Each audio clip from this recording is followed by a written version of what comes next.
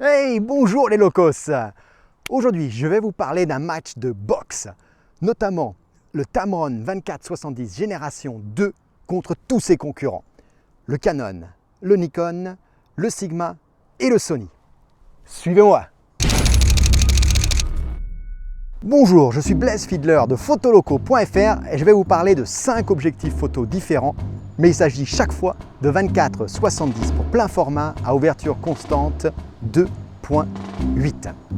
Allez, on commence par le prix et c'est vraiment très facile. Le Tamron a été annoncé à un prix public de 1399 € TTC et tous les autres objectifs dont on connaît déjà le prix sont à autour de 2000 €. Alors, donc le Tamron, qui vient d'être annoncé aujourd'hui, a la stabilisation optique. Et il n'y en a pas beaucoup qui sont dans cette catégorie-là, puisque uniquement le Nikon et le tout nouveau Sigma l'ont. On mesure la stabilisation optique en diaphragme de stabilisation. Et Tamron gagne ce match-là, puisqu'il propose 5 diaphragmes de stabilisation, le Sigma 3,5 et le Nikon 4. Allez, vous voulez faire de la macro avec votre 24-70 ? Pas sûr que ce soit une super bonne idée. Le Tamron, par exemple, a une distance minimum de mise au point de 38 cm, ce qui vous fait un facteur de grossissement de 1/5 ou de 0,2 fois. Et là, ils sont à peu près tous pareils. Tous à 38 cm la distance minimum de mise au point. Le Sigma, 37 cm, donc un facteur de grossissement de façon anecdotique plus grand.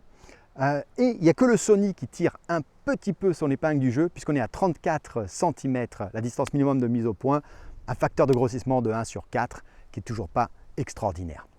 Parlons revêtement de la lentille avant. C'est très important quand vous photographiez à contre-jour, et là j'ai le soleil en pleine figure, donc là si je photographiais dans ce sens-là, j'aurais besoin d'un bon revêtement de la lentille avant. Donc Tamron nous propose un double revêtement, fluorine pour éviter que l'eau reste trop longtemps sur cette lentille avant, et du E-band qui améliore grandement le contraste quand vous travaillez dans un contre-jour aussi important que celui-ci. Nikon propose du nano cristal et Sony a un revêtement T étoile. Allez, on va parler un peu mensuration. Donc, le Tamron fait 11 cm. Le Nikon, alors là c'est du no limit, on est à 15 cm. Sur le Sigma, on est aussi à 11 cm. Le Sony, 11 cm. Et le Canon, on est à 12 cm. Donc si vous voulez, ils sont pratiquement tous à 11 cm, sauf le Nikon, qui est vraiment très long. Donc si la longueur est importante pour vous, prenez un Nikon. Sinon, vous avez le choix entre à peu près tous les autres qui sont pareils. Au niveau du poids, important pour moi, qui va transporter cet objectif à longueur de journée. Donc on est à 900 grammes sur le Tamron. Et le Sigma, on dépasse juste le kilo, exactement comme le Nikon. Le Nikon, on est quasiment à 1,1 kg. Le Canon est de loin le plus léger, 800 grammes. Et le Sony, on est aussi au kilo. Donc ça se joue dans un mouchoir de poche, entre 800 grammes et 1,1 kg.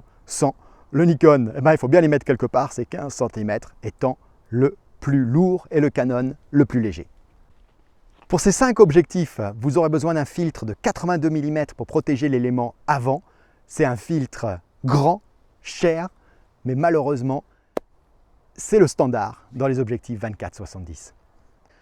Bon, en vitesse de mise au point, ils sont tous très rapides. Chaque fabricant ayant mis ce qu'il avait de meilleur comme technologie dans leur mise au point. Du HSM chez Sigma, du USD chez Tamron, du SWM chez Nikon, du USM chez Canon.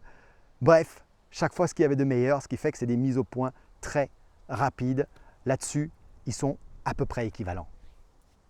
Parlons monture. Bon, je ne vous apprends rien en vous disant que si vous achetez du Nikon, il faudra avoir une monture Nikon. Vous achetez du Canon, une monture Canon et du Sony, devinez quoi, il vous faudra une monture Sony.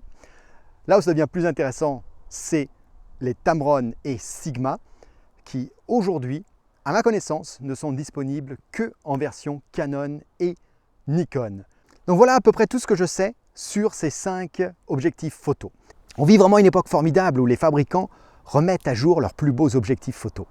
Écoutez ça, Sony et Nikon en 2015 ont sorti une nouvelle version du 24-70 Sigma Tamron en 2017. Il n'y a que Canon qui est un peu à la traîne, qui en 2012 a sorti leur 24-70, a surpris le monde entier en le mettant à 2000 €, alors qu'on était quasiment à moitié prix sur des 24-70, 1300. On était là au prix du Tamron d'aujourd'hui.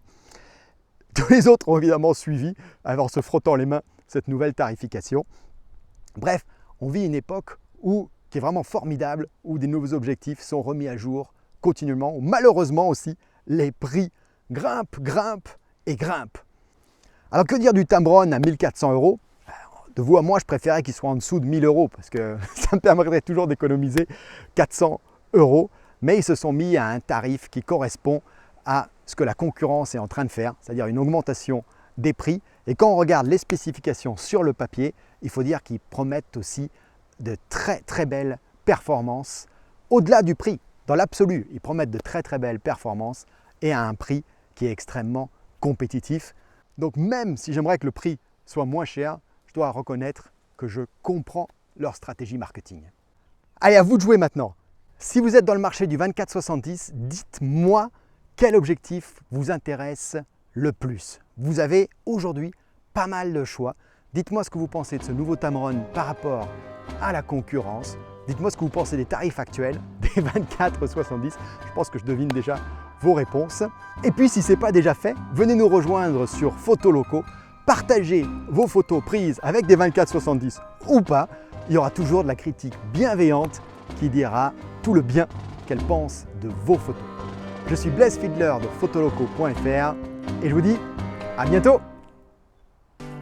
Saviez-vous que je propose 2 formations sur le flash? La première vous explique comment résoudre les principaux problèmes de lumière avec un flash automatique en TTL. La seconde, avec 5 heures de vidéo, est dédiée aux strobistes studio de rue et va vous apprendre à bien utiliser en déporté vos petits flashs pour créer de la grande lumière.